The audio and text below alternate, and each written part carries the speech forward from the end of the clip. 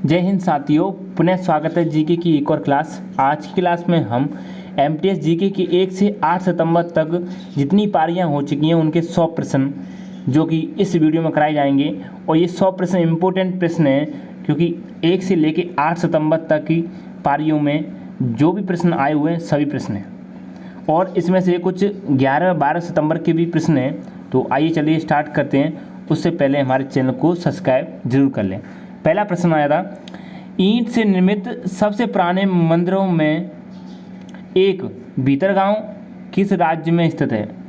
यानी ईंट से निर्मित सबसे पुराने मंदिरों में एक जो कि मंदिर है भीतरगांव किस राज्य में स्थित है। इस टाइप का कुछ प्रश्न पूछा गया था। तो उत्तर प्रदेश कहाँ पर है? उत्तर प्रदेश में। अगर ऐसा प्रश्न संबंधित आता है तो आपको उसका सही जवाब करना है उत्तर प्रदेश। दूसरा प्रश्न पूछा गया था, दूसरा प्रश्न, ये सभी प्रश्न आपको याद करने हैं क्योंकि आगे भी संभावना हो सकती है इनकी आने की। यक्षगान किस राज्य का लोक नृत्य है? तो ये है कर्नाटक का। कहाँ का है? कर्नाटक का। कर्नाटक का है यक्षगान। ये तो बार बार पूछा जाता है। तीसरा प्रश्न, अनुच्छेद 149 किससे संबंधित है?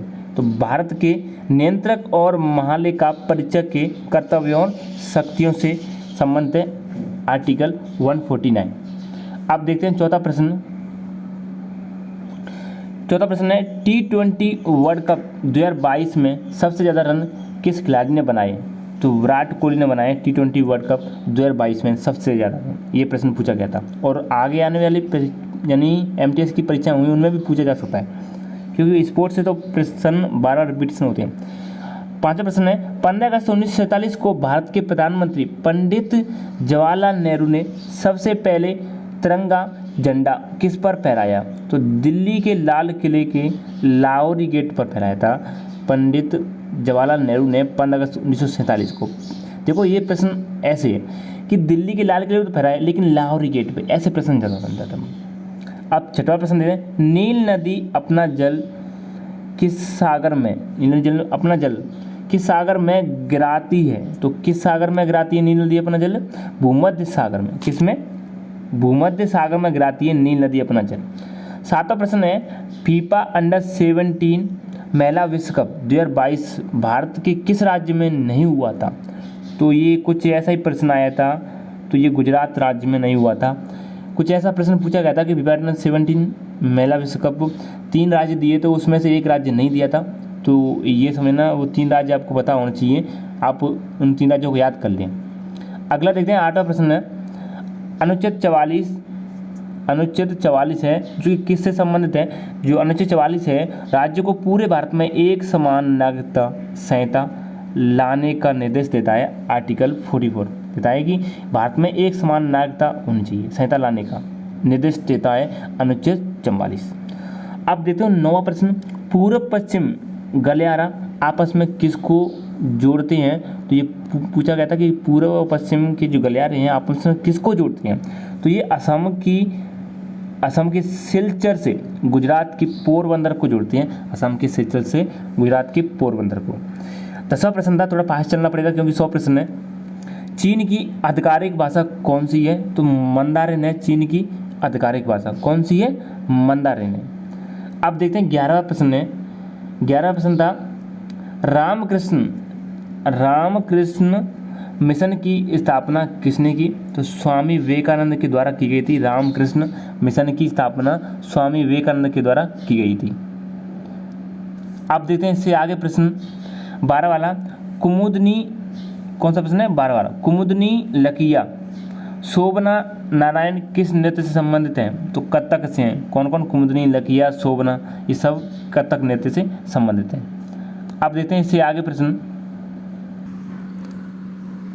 13 वाला प्रश्न है, हिंदू कैलेंडर के अनुसार गुरु नानक जी का जन्मदिन किस महीने में मनाया जाता है? तो कार्तिक शुक्ल मास की शुक्ल पक्ष पूर्णिमा को मनाया जाता है। यानी हिंदू कैलेंडर के अनुसार किसका? गुरु नानक जी का। 14 वाला प्रश्न है, देखते हैं, सांगपो के नाम से किस नदी को जाना जाता है? सांगपो की बात करें तो तिब्बत में ब्रह्मपुत्र नदी बहती है, उसको यानी तिब्बत में ब्रह्मपुत्र नदी को सांगपो के नाम से जानते हैं। 15वां प्रश्न, महादेव गोविंद रानडे द्वारा किस संगठन की स्थापना की गई थी? तो पूना सार्वजनिक सभा 2 अप्रैल 1870 में की गई थी। पूना सार्वजनिक सभा महादेव गोविंद रनडे के द्वारा। ये से प्रश्न ज़्यादा आते हैं, इनको याद कर लें।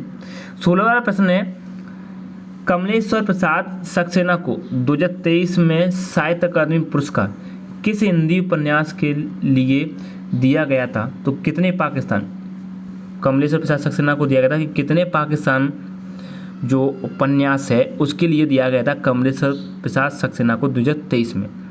देखो इस तरह के प्रश्न आ रहे हैं, आप सोच सकते हो, एनालाइज कीजिए कि ये पूछे कैसे जा रहे हैं, किस तरह के टाइप के प्रश्न पूछे जा रहे हैं।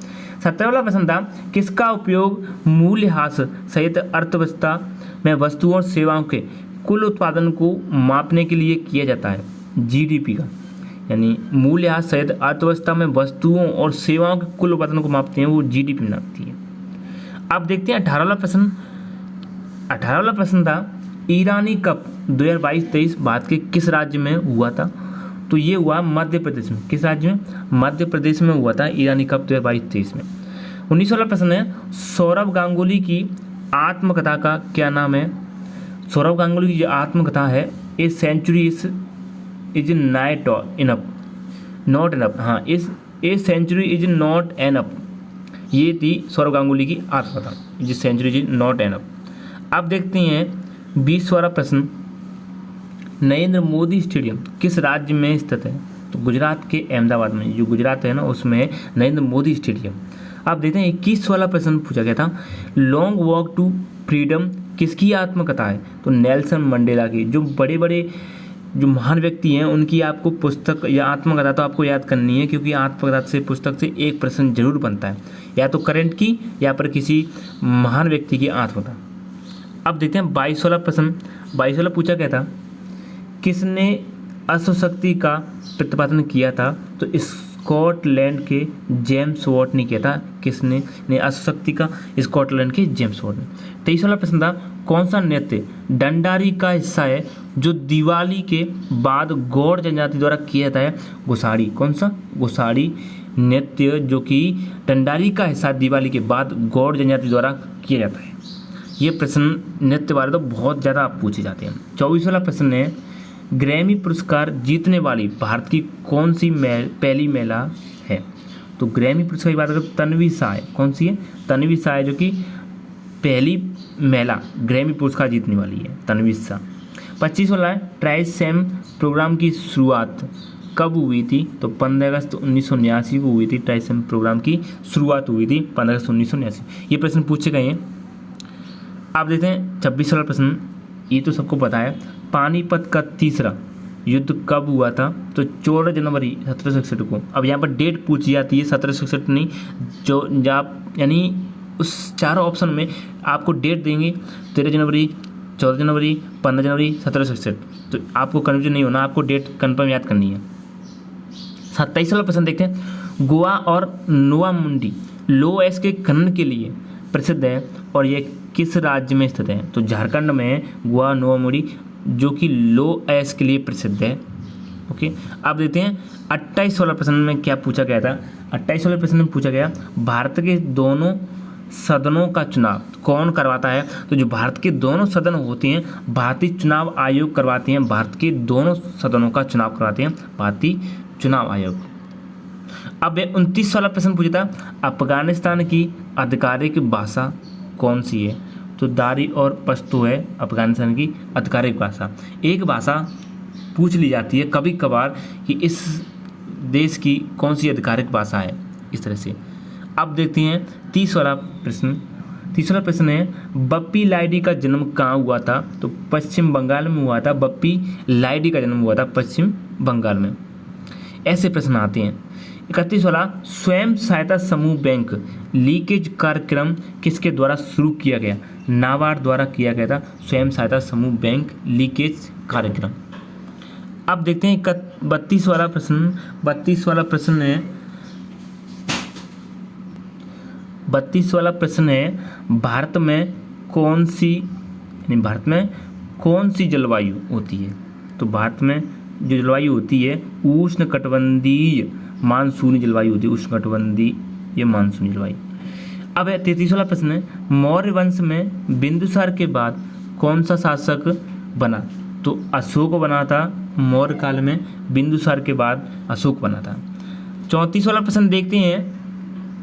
34वां प्रश्न है, किस नृत्य इतिहासकारों को यानी 2019 में क्षत्रिय नृत्य को लोकप्रिय बनाने के लिए असम सरकार द्वारा माधव देव पुरस्कार से सम्मानित किया?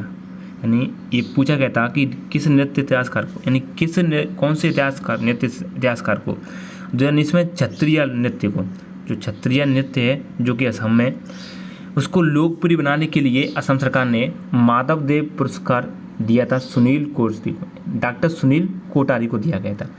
यहाँ पर असम में एक नृत्य चलता है क्षत्रिय नृत्य। अब 35वां प्रश्न है, देखते हैं। नृत्य से एक प्रश्न जरूर बन रहा है, आपको सभी नृत्य याद करने चाहिए। 35 वाला है, किस शास्त्रीय नृत्य को जादूगरनी का नृत्य कहा जाता है? तो मोहिनीअट्टम को कहते हैं शास्त्र यानी जादूगरनी का नृत्य। 36 वाला प्रश्न पूछा गया था, गोविंद सागर झील या भाखड़ा नागल परियोजना किस राज्य में स्थित है? तो हिमाचल प्रदेश में गोविंद सागर या भाखड़ा नागल परियोजना। तो जल्दी जल्दी कराऊंगा, आपका टाइम वेस्ट ना हो। 37 वाला प्रश्न है, 1857 की विद्रोह का नेतृत्व बिहार से किसने किया था? तो कुंवर सिंह ने किया था। किसने? कुंवर सिंह ने किया था 1857 की विद्रोह का नेतृत्व। 38 वाला पूछा गया, 42वां संविधान संशोधन किस वर्ष हुआ था? तो 1976 में हुआ था 42वां संविधान संशोधन। अब 39वां प्रश्न देखते हैं। 2011 की जनगणना के अनुसार सबसे कम लिंगानुपात वाला राज्य कौन सा है? तो हरियाणा है। कौन सा है? हरियाणा है सबसे कम लिंगानुपात वाला राज्य। 40 वाला प्रश्न था, महाबोधि मंदिर किस राज्य में स्थित है? तो महाबोधि मंदिर की बात करें तो ये बिहार में, ये प्रश्न पूछा गया था, महाबोधि मंदिर कहाँ है? बिहार में। 41 वाला प्रश्न देखते हैं, अरब सागर किस महासागर का विस्तार है? तो ये तो बताइए कि हिंद महासागर है। अरब सागर किसका है? हिंद महासागर का विस्तार है। 42 वाला प्रश्न है, 1927 में मंदिर प्रवेश आंदोलन किसने शुरू किया? मंदिर प्रवेश आंदोलन की बात हो रही है, डॉक्टर BR अम्बेडकर ने किया था मंदिर प्रवेश आंदोलन। 43 वाले प्रश्न से आगे देखते हैं, बौद्ध धर्म से संबंधित सबसे पुराना स्तूप कौन सा है? तो सांची का स्तूप है, जो कि बौद्ध धर्म से सबसे संबंधित है, जो कि सबसे पुराना स्तूप माना जाता है सांची का स्तूप। 44 वाला प्रश्न है, नटवरी लोक नृत्य शैली किस शास्त्रीय नृत्य का अंग है? तो कथक का है। किसका? कथक का नटवरी लोक नृत्य शैली जो है वो कथक का ही अंग माना जाता है। अब देखते हैं 45 वाला प्रश्न था, शंभू महाराज का संबंध किस घराने से है? तो लखनऊ घराने से है।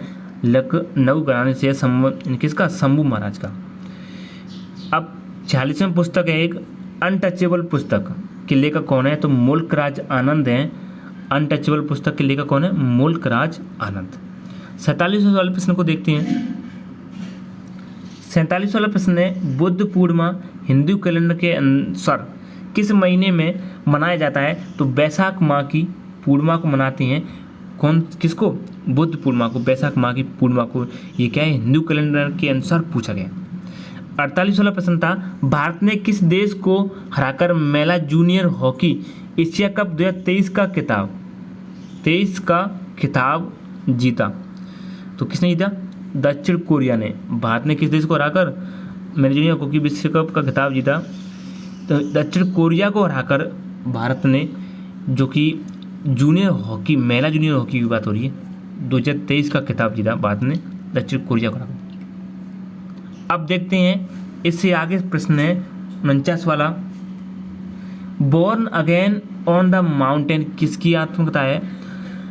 अरुणम सिन्हा की है born again on the mountain.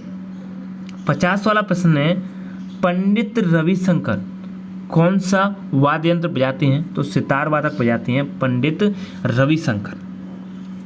51 प्रश्न से आगे देखते हैं। चैनल को सब्सक्राइब जरूर कर लें और लाइक करें, साथ ही फ्रेंड्स को शेयर जरूर कर लें।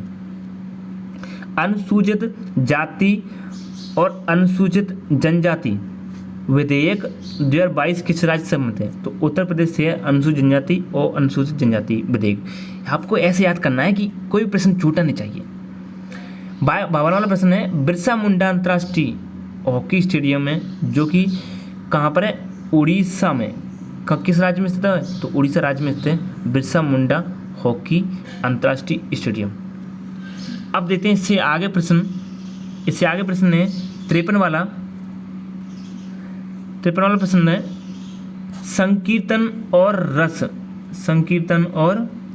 रस जो कि किससे, यानी संकीर्तन और रस किस नृत्य के पहलू है, ये पूछा गया था।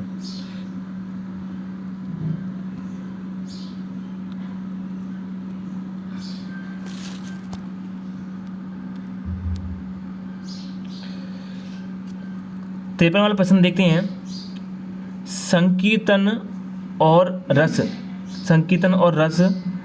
किस नृत्य के पहलू हैं, तो मणिपुर नृत्य के हैं संकीर्तन और रस जो कि मणिपुरी नृत्य के पहलू हैं।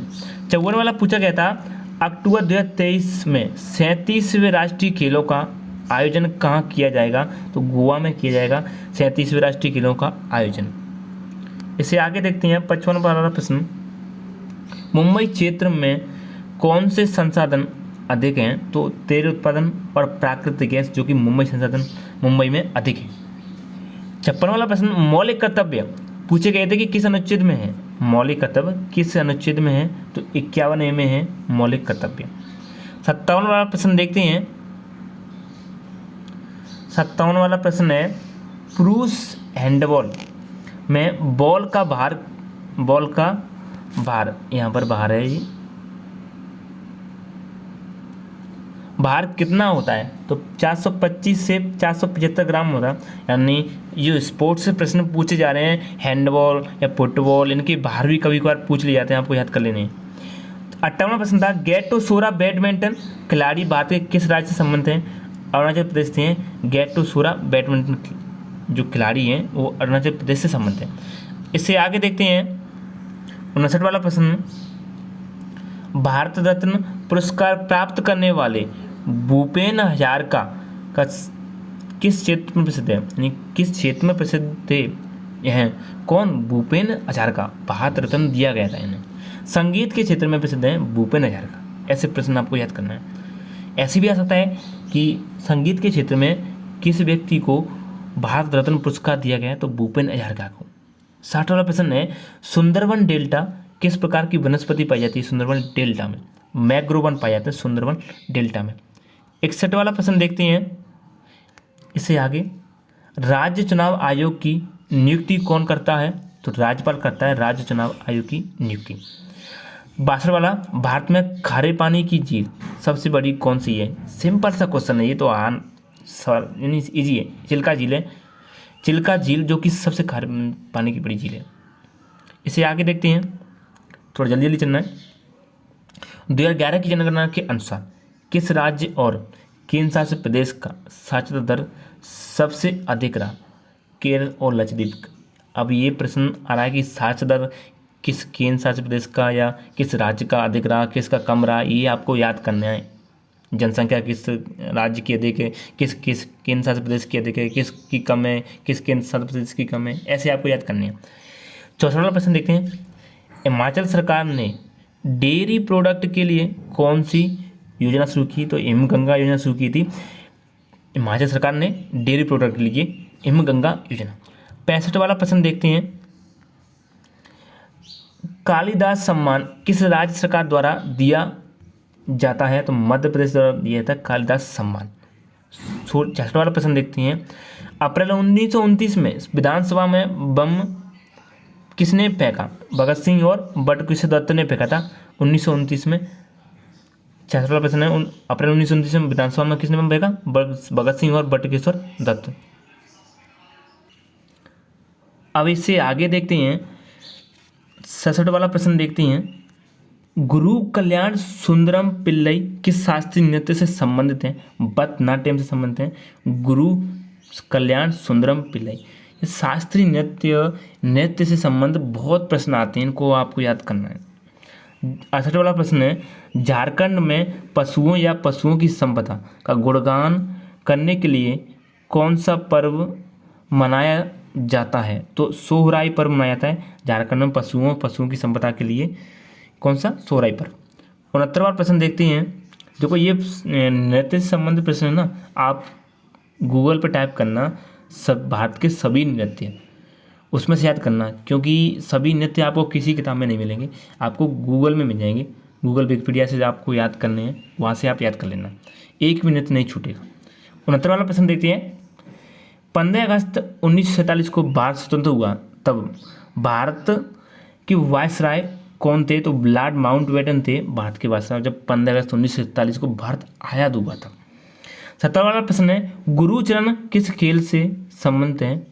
पूर्व क्रिकेटर व कोच थे, कौन? गुरुचरण। ओके। 71वां वाला प्रश्न देखते हैं। अब देखते हैं 71वां वाला प्रश्न। 63वां कौन सा? 63वां फिल्म फेयर अवार्ड में पुरुष प्लेबैक सिंगर का अवार्ड किसे मिला? अरिजीत सिंह को मिला था। कुछ ऐसा ही प्रश्न पूछा गया था, इस तरह का टाइप का क्वेश्चन पूछा गया था, यानी अवार्ड से संबंधित प्रश्न पूछा गया था। आपको इतना तो कन्फर्म याद होना चाहिए किस किस टाइप के प्रश्न पूछे जा रहे हैं।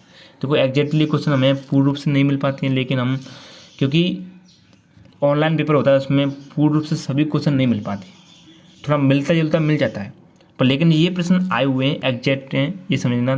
इसमें से 2-4 प्रश्न की मैं कह नहीं सकता। अब देखते हैं 72वां वाला प्रश्न। लता मंगेशकर को किस वर्ष भारत रत्न से सम्मानित किया गया? तो 2001। लता मंगेशकर को किस वर्ष भारत रत्न से सम्मानित किया? 2001। कब? 2001 में। 73वां वाला प्रश्न देखते हैं। 73वां वाला प्रश्न, उस्ताद बिस्मिल्लाह खां कौन सा वाद्य यंत्र बजाते थे? तो शहनाई। कौन सा? शहनाई बजाते थे उस्ताद बिस्मिल्लाह खां। 74वां वाला प्रश्न पूछा था, एशियाई बैडमिंटन कप 2023 कहाँ आयोजित हुआ? तो दुबई में हुआ था एशियाई बैडमिंटन कप 2023 वाला। इससे आगे देखते हैं 75वां वाला प्रश्न, केंद्र सरकार का विधायी अंग, ये विधायी अंग कौन सा है? तो संसद है। ये थोड़ा टाइप करने में मिस्टेक हो जाती है। कौन सा है केंद्र सरकार का विधायी अंग? संसद है, जो कि विधायी अंग कहलाता है। अब देखते हैं 76वां वाला प्रश्न, संविधान का अनुच्छेद 1 से 4 तक संबंध है राज्यों और क्षेत्रों से है। संविधान का अनुच्छेद 1 से 4 संबंध है राज्यों और क्षेत्रों से। 77वां वाला प्रश्न देखते हैं, पहले जनजातीय खेल किस राज्य में हुए थे? तो पहले जो जनजातीय खेल हुए थे वो कहाँ पर हुए थे? उड़ीसा में हुए थे। पहले जनजातीय खेल कहाँ पर हुए थे? उड़ीसा में। आपको याद करना है कहाँ पर हुए? उड़ीसा में। 78वां वाला प्रश्न है, सिंधु घाटी सभ्यता का कौन सा शहर पाकिस्तान में स्थित है? तो हड़प्पा शहर है, जो कि सिंधु घाटी सभ्यता का शहर पाकिस्तान में स्थित है, वो हड़प्पा शहर स्थित है। कैसा भी प्रश्न आए आपको छोड़ना नहीं है, याद करना है। 79वां वाला प्रश्न, पश्चिम की ओर बहने वाली नदी कौन सी है? तो ये पूछा गया था कि देखो इसमें से कुछ ऑप्शन दिए हुए, 3 ऑप्शन ऐसे दिए हुए हैं जो कि नदी पूर्व में बहती होंगी, उत्तर में इस टाइप में बहती होंगी, लेकिन एक ऑप्शन ऐसा दिया होगा जो कि पश्चिम वाला होगा, या तो नर्मदा या फिर ताप्ती या फिर लूनी या साबरमती। कौन सा ऑप्शन दिया होगा जो कि एक दिया होगा? मेरे हिसाब से नर्मदा का पूछा गया कि नर्मदा का ज़्यादा पूछा जाता है। आप देखते हैं 80 वाला प्रश्न, ए मेरे वतन के लोगो किसने गाया था? किसने गाया था? तो ये गाया था लता मंगेशकर ने गाया था, ए मेरे वतन के लोगो। 81 वाला प्रश्न देखते हैं। 81 वाला प्रश्न पूछा था, वेल्डिंग करने में कौन सी गैस प्रयोग में आती है? तो ऑक्सीजन और एसिटिलीन गैस है जो कि वेल्डिंग करने में प्रयोग में आती है। 82 वाला पूछा गया था, काली मिट्टी किस फसल के लिए उपयोगी है? तो गेहूं ज्वार के लिए उपयोगी काली मिट्टी। 83 वाला प्रश्न देखते हैं। सभी की सभी प्रश्न आए हुए हैं 1 से लेके 12 सितंबर तक मान लो, क्योंकि कुछ प्रश्न इसमें 11 और 12 के भी। अब देखते हैं 83 वाला प्रश्न है, मिडनाइट चिल्ड्रन पुस्तक के लेखक हैं कौन है? सलमान रसूदी हैं, जो कि मिडनाइट चिल्ड्रन के लेखक हैं। इससे आगे देखते हैं 84 वाला, मौलिक कर्तव्य को किस देश से लिया गया है? तो रूस से लिया गया है मौलिक कर्तव्यों को। 85 वाला प्रश्न देखते हैं, मोहन वीणा का आविष्कार किसने किया? पंडित विश्व मोहन भट्ट ने किया था मोहन वीणा का आविष्कार। 86 वाला प्रश्न पूछा गया था, स्वदेशी आंदोलन को आंध्र प्रदेश में क्या कहा जाता था? तो वंदे मातरम कहते थे कि स्वदेशी जो आंदोलन होते जो कहाँ पर आंध्र प्रदेश में, उससे उन्हें कहते वंदे मातरम आंदोलन। 87 वाला प्रश्न देखते हैं, बाल्टी नृत्य कहाँ किया जाता है? तो लद्दाख में किया जाता है बाल्टी नृत्य।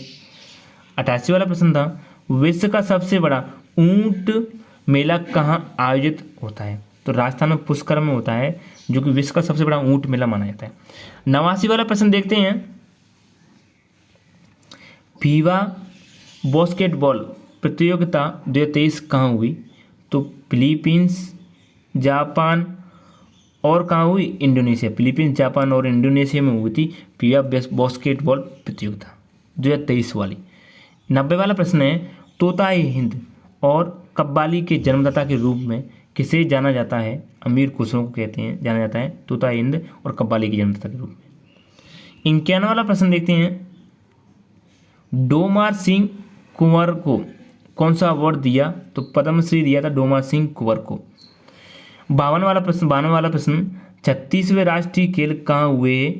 तो गुजरात में। 37 वाले होंगे गोवा में। ये प्रश्न ज़्यादा बन रहे हैं। 53 वाला प्रश्न है, ताजमहल का डिजाइन किसने किया? उस्ताद अहमद लाहौरी ने किया था। ताजमहल का डिजाइन उस्ताद अहमद लाहौरी ने किया था। 54 वाला प्रश्न है, लगातार 3 बार IBA women's world boxing championship की मेजबानी किस देश को मिली? भारत को मिली है IBA women's world boxing championship की मेजबानी। 95 वाला प्रश्न, जगन्नाथ मेला कहाँ लगता है? ये प्रश्न पूछा गया था। देखो, एक तो उड़ीसा में या फिर अलवर, कुछ किस टाइप का प्रश्न पूछा गया था, पर लेकिन संबंध ऐसे प्रश्न था जगन्नाथ मेला वाला। अब देखते हैं 96 वाला प्रश्न, राउत नाच किस राज्य का लोक नृत्य है? छत्तीसगढ़ का है राउत नाच।